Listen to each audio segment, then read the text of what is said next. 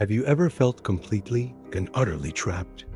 I mean, so cut off from the world that it feels like everything you know has just vanished, leaving you alone in the quiet? I have. And that experience, that feeling of isolation, nearly cost me my life.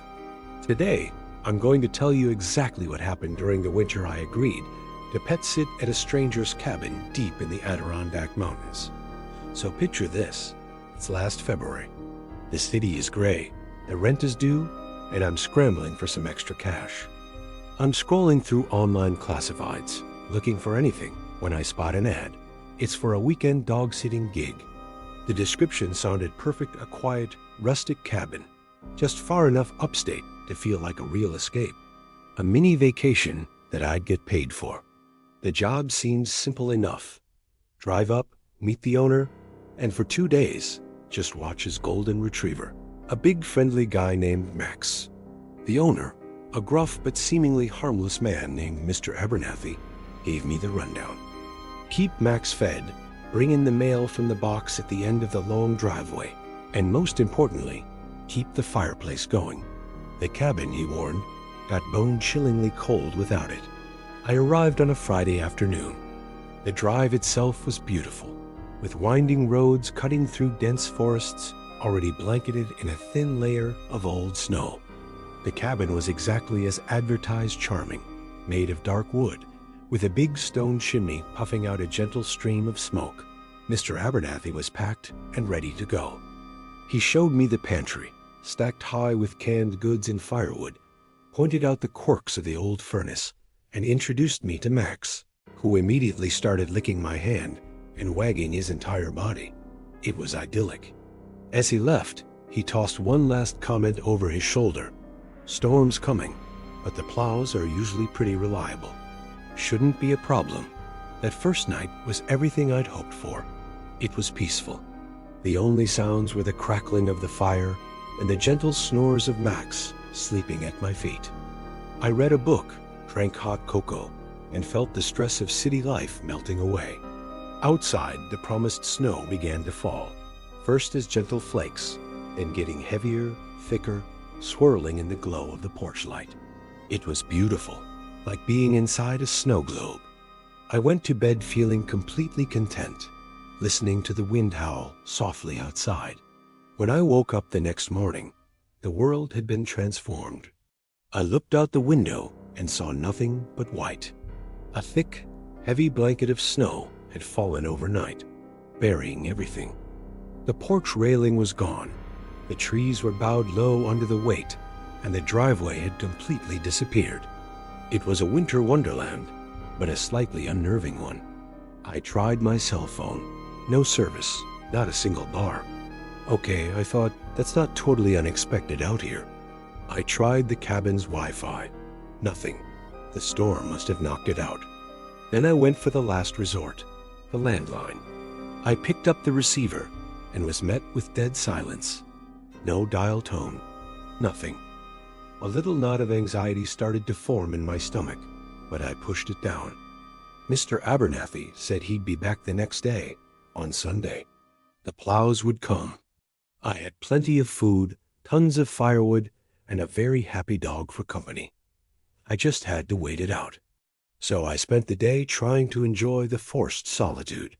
I played fetch with Max in the living room, kept the fire roaring, and made my way through half a dozen cans of soup. But as the day wore on, and the sky began to darken into a bruised purple, the silence of the woods started to feel less peaceful and more oppressive. Every shadow that flickered outside the window seemed longer, deeper. The wind picked up, and it didn't just howl anymore. It sounded like it was whispering. That's when Max started acting weird. He'd been my happy-go-lucky companion all day, but as night fell, his demeanor changed completely. He went over to the large sliding glass doors that looked out into the backyard and just stood there, completely still. His ears were perked, and the fur along his spine was standing straight up. Then he let out a low, soft whine. It wasn't a "I need to go outside" whine. It was a sound of genuine distress. A few moments later, he started to bark. It wasn't his usual playful bark. This was a deep, guttural sound, a warning. I got up and walked over to him, placing a hand on his back. "What is it, boy?" I asked, my voice barely a whisper. I peered out the glass doors, trying to see what had him so spooked. The backyard was just a sea of white snow and dark, skeletal trees. The wind was blowing snow sideways, making it hard to see clearly. At first, I saw nothing. Then, for a split second, a distant bolt of lightning illuminated the sky. And in that brief, brilliant flash, I saw it. Or, I thought I saw it. Way out at the edge of the tree line, there was a shape. It was pale, impossibly thin, and hunched over, like it was trying to stay low to the ground. It was there for just an instant, and then the darkness swallowed it again. My heart hammered against my ribs. Was that a person? A deer? My mind was racing, trying to rationalize what I'd seen. It had to be a trick of the light, a shadow. My imagination running wild in this isolated place. I quickly pulled the heavy curtains shut, blocking the view of the woods. "It's nothing, Max," I said, trying to convince myself as much as the dog. I tried to distract myself, turning on the small battery-powered radio, but all I could find was static. But Max wouldn't be distracted. He refused to leave the door, just staring at the curtains, letting out a low growl every few minutes. He was waiting for something, and that terrified me. Sleep didn't come easy that night. I ended up dozing off on the couch, wrapped in a thick blanket, with the fire dying down to glowing embers. Sometime around what I guess was 2 a.m., I was jolted awake by a sound. It was a scraping noise, like fingernails or claws being dragged slowly down wood. My blood ran cold. I sat bolt upright, listening, every muscle tense. Max, who had finally settled down beside the couch, was now standing on the landing of the stairs, whining, refusing to come any closer to the ground floor. The scraping sound came again, this time from the front of the cabin. It was coming from the front porch. I grabbed my phone, my only source of light, and flicked on the flashlight. My hand was shaking so badly, the beam danced across the walls. I crept towards the front door, my heart pounding in my throat. I wanted to look through the peephole, but a thick layer of frost had completely obscured the glass. So, I did something incredibly stupid. I pressed my ear against the cold wood of the door, straining to hear. That's when I heard the footsteps. Thump, dot, dot, dot, dot, dot, dot, thump. Slow and heavy, circling the small porch. It didn't sound like someone wearing boots. It was a heavy, flat sound. Then came the scraping again, a long, dragging noise that made my skin crawl and my teeth ache. It sounded like something heavy and rough was being pulled across the wooden planks of the porch. This went on for what felt like an eternity. The circling footsteps, the scuttling, the tapping on the walls of the cabin. But the worst sound, the one that will haunt me forever, was a long, rattling breath, right up against the other side of the wall, as if something was listening to me, just as I was listening to it. I spent the rest of the night huddled on the stairs, just behind Max, too terrified to move. The sounds continued until the first hint of dawn, when a cold blue light began to creep into the sky. Then, as suddenly as they had started, they stopped. Complete silence. I didn't move for hours. I waited until the sun was fully up, casting long shadows across the snow, before I found the courage to look outside. I crept to a side window, one that looked out onto the porch, and slowly, carefully, peeked through a gap in the curtains. The porch was covered in a fresh, undisturbed layer of snow. Except it wasn't undisturbed. Leading up to the porch, and then circling it, were long, bare footprints. They were vaguely human-shaped, but the toes were impossibly long and splayed out wide, like the fingers of a skeletal hand. And next to each and every footprint was a strange drag mark in the snow, a shallow trench, as if whatever made the prints was pulling something heavy behind it. My eyes followed the tracks, and they led directly to the space right in front of the cabin steps. There, in the snow, something had been written. The letters were jagged and rough, but they were unmistakable. One word, stay. The plows didn't come at noon. They didn't arrive until late that evening, long after darkness had fallen again. When Mr. Abernathy's truck finally rumbled up the newly cleared driveway, I practically threw the door open and ran out, not even bothering to grab my coat. I was babbling, trying to explain the sounds, the footprints, the writing in the snow. He listened patiently, his face unreadable in the glow of his headlights. When I finally finished, breathless and shaking, he just nodded slowly. He looked past me at the dark tree line and said, "Yeah, every few winters, something strange happens out here." And that was it. That was his entire explanation. He paid me, I got in my car, and I drove away without looking back. He never invited me to pet sit again, and I certainly never asked. I still don't know what was outside that cabin. I don't know what it wanted, or what it was dragging. Some places, I think, just aren't meant for us, especially when the world is buried in snow and silence. Do you believe there are things that walk through the woods that shouldn't be there? Have you ever had a terrifying winter experience? Let me know your own stories in the comments below. And if you're brave enough to hear more tales from the places we're not supposed to go, make sure you hit that subscribe button. Even now, there are times when I still hear it, the banging against the glass. This happened when I was 17, stranded in a brutal blizzard with my mom and my little brother. And I can promise you, there is absolutely nothing that chills you to the bone, quite like realizing the thing outside your window, whatever it was, desperately wanted in. I need to tell you what happened that night. We lived way out in a remote stretch of northern Minnesota, the kind of place where winters aren't just cold, they're a force of nature. It was the middle of January, and the news was buzzing about a record-breaking blizzard barreling down on us.